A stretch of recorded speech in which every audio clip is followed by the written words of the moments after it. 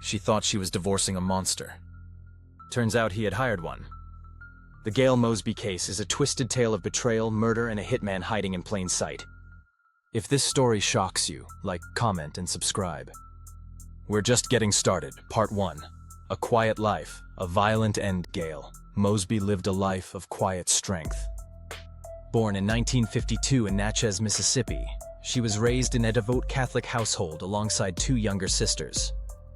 She excelled academically, graduating as salutatorian of her high school class before pursuing nursing at Northwestern University. Gail built a career in neonatal intensive care, where her calm demeanor and precision saved lives daily. In 1981, she married Richard Mosby. They had 2 sons, Bill in 1982 and Joe in 1985. The family moved to Hammond, Louisiana, where Richard started a tire business. Life was good until it wasn't. The business failed. Financial strain mounted. The couple moved back to Jackson, Mississippi, and divorced amicably in 1986. Gail retained full custody of the boys. Richard remarried in 1988 to a woman named Deborah. Deborah Mosby wasn't just a new wife, she was a force.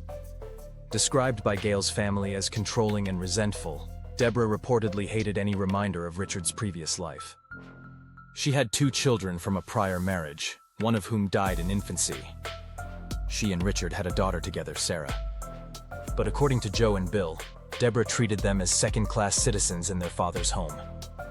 Custody disputes and alimony battles escalated. Deborah allegedly spearheaded the conflict, pushing Richard to seek full custody and eliminate child support. Gail, meanwhile, struggled privately. A journal found later revealed she was dealing with depression, partly stemming from a breakup with her girlfriend, a relationship she kept hidden due to societal stigma in early 1990s Mississippi. On May 24, 1992, everything changed. Gail Mosby didn't answer her door. A concerned neighbor who had a spare key entered her home. What he found was horrifying. Gail's body submerged in the bathtub, face down, unclothed, with her legs hanging over the side. Her clothes were folded neatly nearby. Pills and a note were present.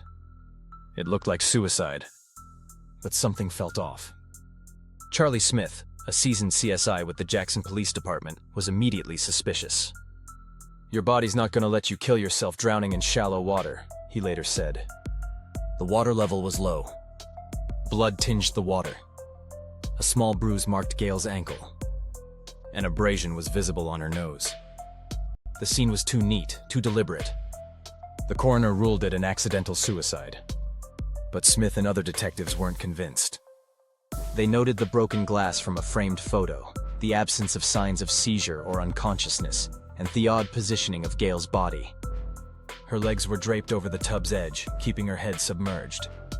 It didn't make sense. Gail's sons were devastated. Joe collapsed when he heard the news. Bill, still young, couldn't believe it.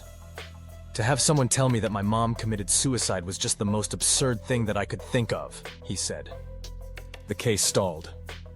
Without hard evidence of foul play, investigators were stuck. But 4 months later, a bombshell dropped. Part 2. The conspiracy unfolds. Deborah's sister, Vicki Mordecai, approached the FBI. She claimed she and her husband were being targeted for murder over a marijuana dispute involving Deborah's stepfather, Roy Kyle. In exchange for protection, she offered information about Gail's death. According to Vicki, Deborah had asked Roy Kyle to get rid of Gail. Kyle introduced her to Billy Ray Ford, a man with a criminal past. Deborah allegedly paid Ford $5,000 to confront Gail.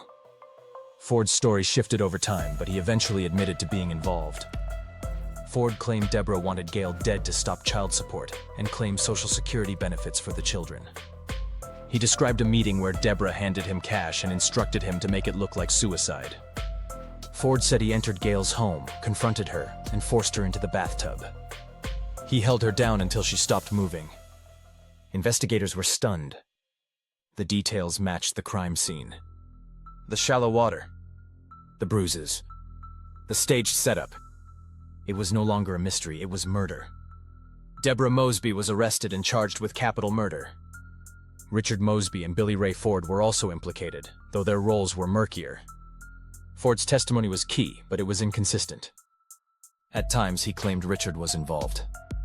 Other times he said Deborah acted alone. The prosecution focused on Deborah.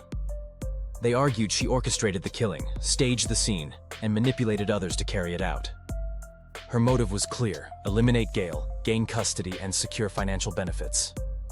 Part 3, the trial. The trial began in 1995. Prosecutors presented forensic evidence, witness testimony, and Ford's confession. Dr. Michael Baden, a renowned forensic pathologist, testified that Gail's death was not accidental. He explained that drowning in shallow water is nearly impossible without external force. The bruises, abrasions, and body positioning all pointed to homicide. Deborah's defense argued that Ford acted alone. They claimed Deborah was innocent, a victim of manipulation. But the jury didn't buy it. The financial motive, the conspiracy, and the forensic evidence were overwhelming. Deborah Mosby was found guilty of capital murder and sentenced to life in prison. Richard Mosby and Billy Ray Ford admitted to conspiracy but were not convicted of murder. The case was closed, but the scars remained. Joe and Bill Mosby were left without their mother. They struggled to make sense of the loss, the betrayal, and the injustice. "She was everything to us," Joe said. "And they took her away." Part 4, Aftermath and Legacy. Deborah Mosby remains in prison. Her appeals have failed. The case has been featured on true crime shows, podcasts, and documentaries. It's a chilling example of how jealousy, resentment, and greed can lead to murder. Gail Mosby's legacy lives on through her sons. Joe became a teacher. Bill pursued law. Both have spoken publicly about their mother's strength, compassion, and the injustice she suffered. The case also sparked changes in how staged suicides are investigated. Forensic experts now pay closer attention to water depth, body positioning, and psychological context. Gail's death became a textbook example of how murder can masquerade as suicide, and how truth can be buried beneath the narrative. Closing reflection: Gail Mosby was a mother, a nurse, and a woman who deserved peace.